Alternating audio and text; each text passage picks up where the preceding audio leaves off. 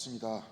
사람이 나눈 시간으로 오늘이 2025년도 마지막 주이지만 죽음도 우리를 하나님과 갈라놓지 못하니 영원히 늘 주님과 함께 동행하시는 충만한 삶을 사시는 저와 여러분들 모두가 다 되시기를 간절히 기원드립니다.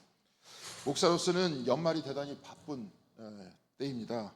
연말에는 당회가 있고 크리스마스 설교와 주일 설교가 같이 있고 여전히 진행되는 수요 예배, 새벽 예배, 토요 책 읽기가 있고 송구 영신 예배를 거쳐서 다음에는 바로 월사 기도회로 이어집니다. 목회자뿐만이 아닐 것입니다. 여기 계신 분들도 연말 연시에 모임도 많고 만남도 많을 것입니다. 오늘은 성탄 바로 다음 주일입니다. 성탄절의 시즌이 되면 거리에는 빛이 들어오고 과거처럼 많지는 않지만 곳곳에서 성탄을 알리는 기쁨과 평화의 노랫소리가 들립니다. 거리의 불빛과 캐롤송이 연말의 분위기와 어우러지면서 적어도 기독교인이라면 구주의 탄생이 나에게 어떤 의미가 있는지 생각하게 됩니다. 우리는 성탄절에 한 아기의 탄생을 축하했습니다. 성탄은 하나의 역설이 만들어진 바로 그 주간입니다.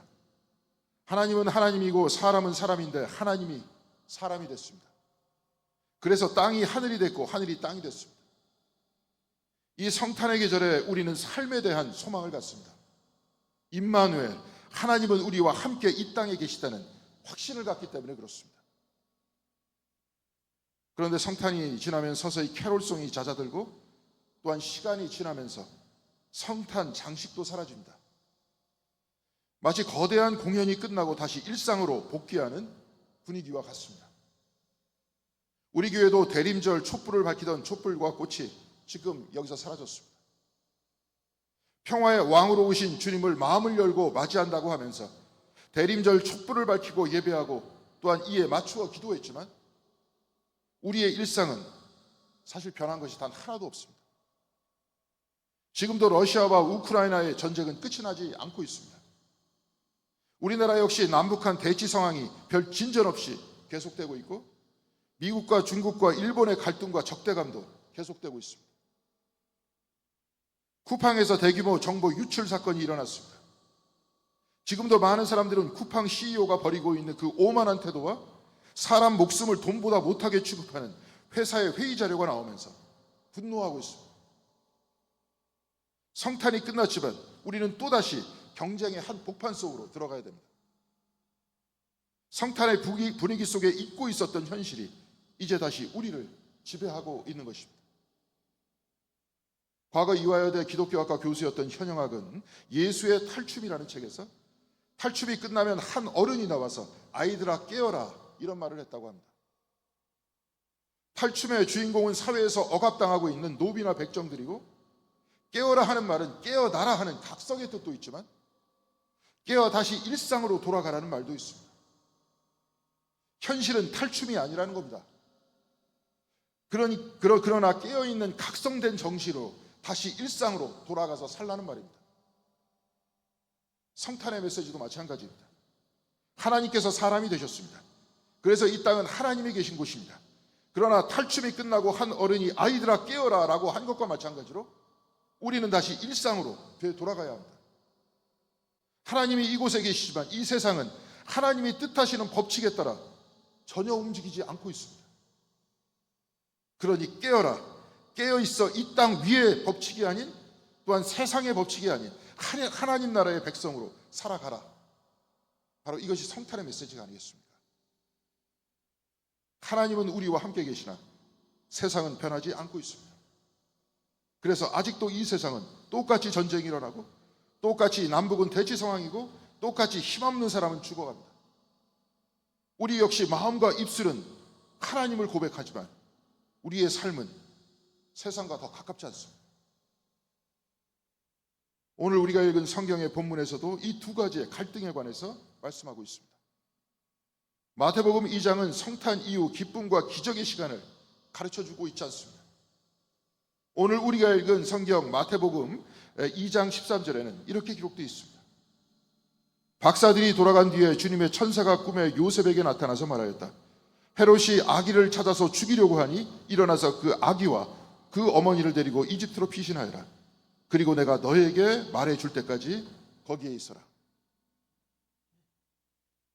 천사의 찬양과 동방박사와 목자들의 축하를 받은 한 아기는 헤롯이라는 권력자에 의해 목숨이 위협을 받습니다. 그리고 아기 예수를 방문했던 동방박사들은 헤롯에게 가지 않고 그 왕궁을 돌아서 자기 나라로 되돌아갔다고 했습니다. 이에 한편으로는 분노하고 한편으로는 새로운 왕에 대한 두려움으로 가득 찬 헤롯은 베들레헴과 그 가까운 지역에 사는 2살짜리로부터 그 아래에 있는 사내 아이를 모두 다 죽였다고 했습니다. 가장 힘이 센 권력자에 의해서 가장 약한 생명들이 희생됐고 예수께서는 난민이 되어서 이집트로 피신했습니다. 그런데 오늘 우리의 시각에서 보면 권력자의 학살은 지금도 계속 반복되고 있는 겁니다. 2차 세계대전에서 희생된 인원은 그 정확한 수치를 파악하기 어렵지만 대체로 7천만에서 8,500만의 사람들이 죽었을 것이다, 이렇게 추측하고 있습니다. 당시 세계 인구의 3%가 전쟁으로 목숨을 잃은 겁니다. 2차 대전부터 일어났던 전쟁의 특징은 군인보다 민간인 희생자가 더 많았다는 점입니다. 이후로 일어나는 크고 작은 전쟁 모두에서 민간인들이 더 많이 죽고 있습니다. 우리나라도 현재 종전 상태가 아니라 휴전 상태입니다. 한국 전쟁에서도 또한 한국 전쟁을 전후한 무수한 양민 학살에서도 사람들이 목숨을 잃었습니다. 지금도 제주도에 가면 온 마을이 한날 제사를 드리거나 추도 예배를 드리고 있습니다. 오늘 본문 제18절에 의하면 이렇게 기록되어 있습니다. 라마에서 소리가 들려왔다. 울부짖으며 크게 슬피 우는 소리다. 라헬이 자식을 잃고 우는데 자식들이 없어졌으므로 위로를 받으려 하지 않았다. 라헬은 요셉의 동생 베냐민을 낳다가 난산으로 목숨을 잃었습니다. 그리고 그의 무덤이 베들레헴 근처 라마에 있습니다.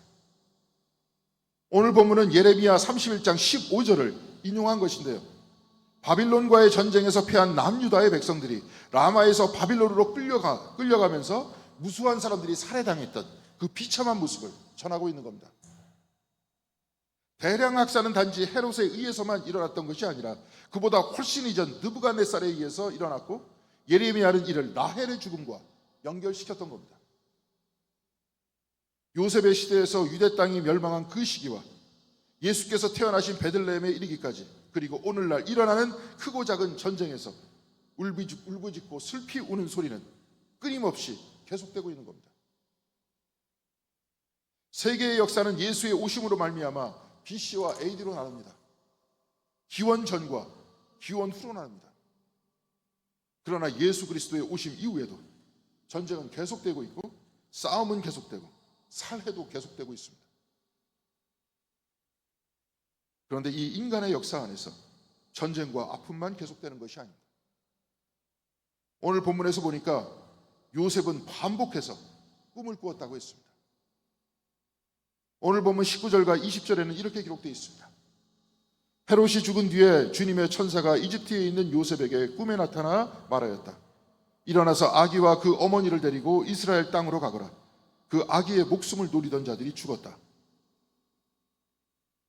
어둠과 아픔이 반복되고 있었지만 요셉 또한 반복해서 꿈을 꾸었습니다.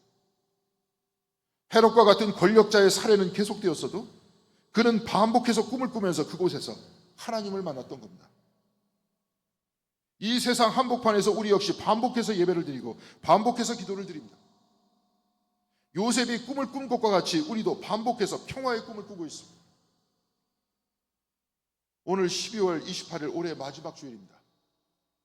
우리는 지난 1년 동안 반복해서 예배를 드리면서 이곳까지 왔습니다. 1월에서 12월까지 이 시간은 되돌림 없이 전진하는 시간이었습니다.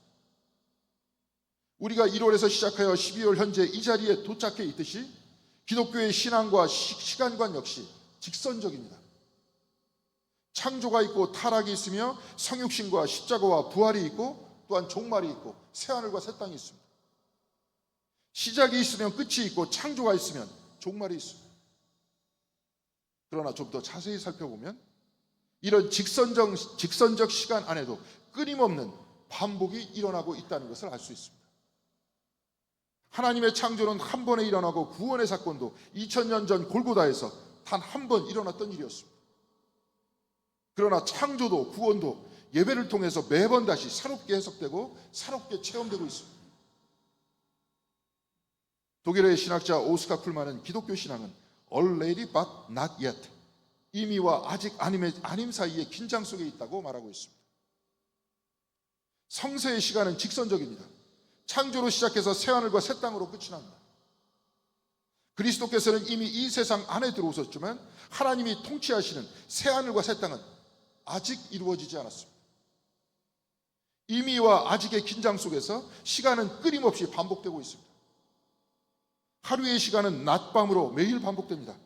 시간은 일주일 단위로 반복되고 1년은 12달로 반복됩니다. 매주 주일이 오고 다시 주중에 노동과 일상이 시작됩니다.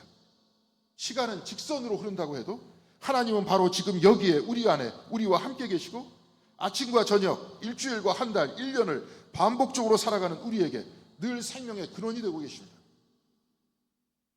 그래서 성서는 저와 여러분을 영혼이라고 말합니다. 영혼이란 영에 의한 혼이라는 말입니다. 요한복음 4장 24절에 하나님은 영이시다라고 했습니다. 영이신 하나님에 의해 우리는 혼을 얻고 곧 생명을 얻고 살아갑니다. 태초에 하나님이 지름과 같이 움직이지 않는 인간에게 숨을 넣어서 그가 살아나 생명이 되었다고 했습니다. 생명, 곧 영에 의한 혼, 영혼이 됐다는 겁니다. 하나님의 숨에 이어 살아가는 생명이 사람이고 바로 그것이 저와 여러분이라는 말입니다. 영에 의해 혼이 있고 성령 하나님에 의해 내 생명과 내 의식이 지금 이 자리에 있습니다. 우리는 영혼으로 지금 이 자리에서 매일 매주 매달 매년 반복적으로 예배드리고 반복적으로 생활하고 있습니다. 바울은 고린도전서 7장 31절에 세상을 이용하는 사람은 그렇게 하지 않는 사람처럼 하도록 하십시오. 이 세상의 형체는 사라집니다. 이렇게 말했습니다. 세상의 나라 백성이 아닌 것처럼 그리고 하나님 나라의 백성인 것처럼 살아가라는 말입니다.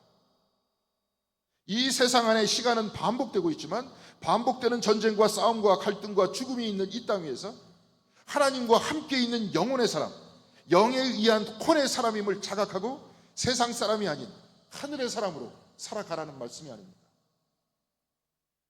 그래서 오스카 쿨만의 말과 같이 우리는 이미와 아직 아님의 긴장 안에 살고 있는 겁니다. 아직 죽음이 사라지지 않았고 아직 슬픔과 울부짖음과 고통도 사라지지 않았습니다. 아직도 이전 것들이 사라지지 않았습니다. 그러나 이미 하나님은 우리와 함께 계시고 이미 우리는 하나님의 백성이고 이미 하나님은 친히 우리와 같이 계십니다. Already but not yet, 이미와 아직 아님 이 사이에서 우리는 살아가고 있는 겁니다. 이미 하나님께서 저와 여러분 안에 있고 그리스도는 내 안에 살고 있고 우리는 영혼, 곧 성령에 의한 혼이라고 하지만 아직도 나의 마음과 나의 삶은 둘로 나눠져 있지 않습니까? 입술은 주님을 고백하고 마음으로는 하나님을 만났다고 하지만 아직도 우리의 삶은 그리스도보다 세상에 가깝고 하늘의 백성이라고 하지만 아직도 세상에 더 가까운 삶을 살고 있지 않습니까? 요셉과 같이 꿈을 꾸고 있지만 이 꿈은 아직 현실이 되지 못하고 있는 것 아닙니까? 독일의 신학자 디트리히 보네퍼는 1933년 베를린에서 강의했던 Christ the Center, 중심이신 그리스도라는 강연에서 이렇게 말했습니다. 하나님은 인간의 세계 바깥에서 판결을 내리시는 분이 아니다. 그리스도는 폭력과 고통이 반복되는 역사의 한 복판으로 들어오셨다. 그리스도는 역사 밖의 구원자가 아니라 역사 안의 중심이다. 크리스마스가 끝나도 이 세상 안에는 여전히 전쟁이 있고 여전히 고통이 있고 여전히 슬픔이 있습니다. 그러나 그리스도께서는 여전히 상처가 있는 이 역사 안으로 들어오셨다고 했습니다. 헤롯의 폭정 속에서도 요셉은 반복해서 꿈을 꾸었듯이 이 어두운 세상 한가운데에서 그리스도께서는 우리로 하여금 여전히 예배드리게 하시고 여전히 기도하게 하시고 여전히 찬송하게 하십니다. 그래서 그리스도는 중심이라고 했습니다. 그리스도는 우리의 중심이시고 역사의 중심이십니다. 그리스도께서는 반복되는 우리 삶의 중심에 계셔 우리 안에 우리와 같이 역사를 만들어 가시고 교회를 만들어 가시고 신앙 공동체를 만들어 가십니다. 그리스도께서는 우리 공동교회의 중심에 들어오셔 저와 여러분과 함께 이 신앙 공동체를 만들어 가고 있는 겁니다. 우리가 이곳에서 직분을 받은 것, 같이 예배를 드리는 것, 기도하는 것, 신교하는 것은 단순히 반복하는 것 같지만 우리는 이 반복 안에서 나의 중심이신 그리스도를 믿고 내가 하나님의 사람으로 변화하려고 하는 겁니다. 이 반복을 통해 교회의 중심이 계신 그리스도를 믿고 서로 힘을 합쳐 중보하면서 질병에 걸린 성도들에게 힘을 주고 사랑을 주고 있습니다. 또한 역사의 중심에 계신 그리스도를 믿고 이 시대의 아픔을 극복하려고 노력하는 것 아닙니까? 기독교의 시간은 직선적입니다. 창조로 시작하여 성육신과 예수 그리스도의 십자가와 부활을 통해 종말과 새하늘과 새 땅으로 나아갑니다. 그러나 매주 또한 매일 우리는 창조주 하나님을 만나고 매주 또한 매일 십자가에 달리신 하나님 예수 그리스도를 통해서 죄에서 떠나 하나님께로 가고 있습니다. 매주 거듭나겠다는 결단을 통해 부활을 체험하고 마지막 날 하나님의 장막과 사람의 장막이 하나 된다는 요한 계시록의 비전을 믿으면서 나는 하나님의 의한 생명, 곧 영혼의 생명임을 자각합니다.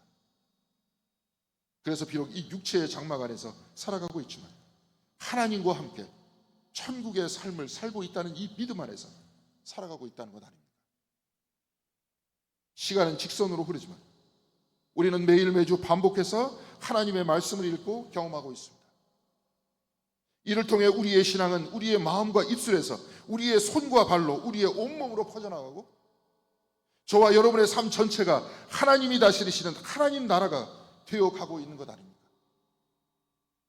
그래서 내 마음에서 만난 하나님의 말씀이 내 삶이 되고 우리의 일상이 되는 것입니다. 사랑하는 성도 여러분, 오늘 2025년의 마지막 주일, 이렇게 한 주일이 지날 때마다 또 한 해가 지나갔다 이런 생각을 하게 되지 않습니까? 지난 성탄절이 지날 때 또 입가에서 맴도는 말은 올해도 이제 다 지나갔구나 하는 말이었습니다.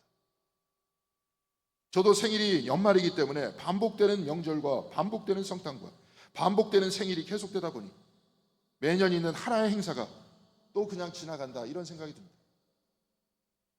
그리고 앞으로 올 세월의 무게를 바라보면서 때로는 부담이 되고 때로는 또다시 반복해야 된다는 생각이 들기도 합니다.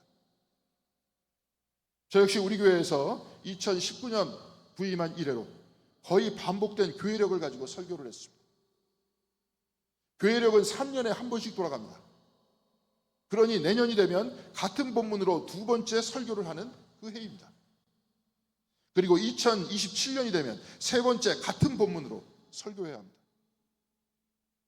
이렇게 순환하고 돌아가는 시간 속에 같은 주제로 말씀을 묵상하고 성찰하고 설교를 쓸 때마다 저는 때로 뭔가 고갈되어 가고 있고 뭔가 결핍되어 가고 있다는 그런 느낌이 듭니다. 그런데 이 반복되는 예배와 기도를 드리다 보면, 반복되는 말씀을 읽다 보면 하나님께서는 단 한 번의 은혜를 베푸시고 끝나시는 분이 아니라는 것을 또한 알게 됩니다. 매주 매달 매해 하나님께서는 새로운 은혜를 베풀어 주시고 새로운 눈을 열어주십니다. 예레미야 애가 3장 23절에 주님의 사랑과 긍휼이 아침마다 새롭고 주님의 신실하심이 큽니다 이렇게 말했듯이 매일 매 순간마다 신실하신 주님께서는 생명을 주시고 날마다 새로운 은혜와 사랑을 베풀어 주시는 것을 또한 깨닫게 되는 겁니다. 만일 우리가 이 변화하는 시간 속에 낙담하지 않고 매번 나에게 새롭게 부어주시는 하나님의 은혜를 만난다면, 디트리 보네포와 같이 그리스도께서는 저와 여러분의 중심에 계시고 우리 교회의 중심에 계심을 믿는다면 우리는 반복한다 해도 하나님 나라를 향해서 조금씩 전진해 가고 있는 것 아닙니까? 날마다 아니면 매달마다 한 걸음씩 반복되는 은혜와 사랑 안에서 하나님 나라를 향해서 나아가고 있는 것 아닙니까? 사랑하는 성도 여러분, 2025년 이제 마지막 주일입니다. 그런데 다음 주면 새로운 한 해가 시작되고 우리는 이 새로운 한 해 또 주님과 더불어 반복된 말씀으로 반복된 예배를 드릴 것입니다. 그러나 하나님께서는 분명히 저와 여러분에게 그 반복된 예배를 통해서 새로운 은혜를 부어주시고 새로운 눈을 열어주시고 새로운 깨달음을 주실 걸 믿습니다. 그래서 머리로만 알던 것을 가슴으로 알게 하시고 가슴으로 알던 것을 온몸으로 알게 하실 것입니다. 입술로 고백하던 것을 가슴으로 고백하게 하시고 가슴으로 고백하던 것을 온몸으로 실천하게 하실 것입니다. 사랑하는 성도 여러분, 지난 1년간 여러분 모두 수고하셨습니다. 그리고 지난 1년간 우리는 반복적으로 말씀과 씨름했고 설교와 성경 공부를 통해 책 읽기와 새벽 기도를 통해 성서의 각 구절을 통해 하나님의 은혜를 새롭게 만났습니다. 그리고 지금 2025년 마지막까지 왔습니다. 내년 또 다른 한 해, 그리고 다음 또 다른 한 해를 거치면서 이 세상에서 우리의 삶이 끝나는 그 순간까지 우리는 반복해서 주님은 주시는 하나님의 은혜를 경험하고, 그래서 우리의 삶을 사랑하고 하나님의 정의를 사랑하고 영생을 확신하게 되는 하나님의 음성과 하나님의 이끄심을 받게 될 것입니다. 이제 저물어가는 2025년을 바라보면서 사랑하는 성도 여러분, 이제 더 깊은 곳에서 하나님을 만나는 저와 여러분들이 되시길 바랍니다. 영이신 성령 하나님께서 단 한시도 우리를 떠나지 않으시고 우리를 영혼으로 만드시어 앞으로도 영원히 우리와 동행하시는 하나님을 이제 마음으로 확신하는 여러분들이 되시길 바랍니다. 세상의 모든 것은 지나가고 일시적입니다. 그래서 헛되고 헛된 이 세상의 것을 붙들지 말고 늘 나와 같이 계시고 내 생명의 근원이 되시는 하나님을 바라보고 나만의 하나님이 아닌 모든 생명체의 근원이 되시는 하나님을 바라보시는 여러분들이 되시길 바랍니다. 그래서 지나가는 이 세상 안에 살지만 영원한 하나님과 하나님의 뜻과 사랑으로 살아가시는 저와 여러분들이 되시길 바랍니다.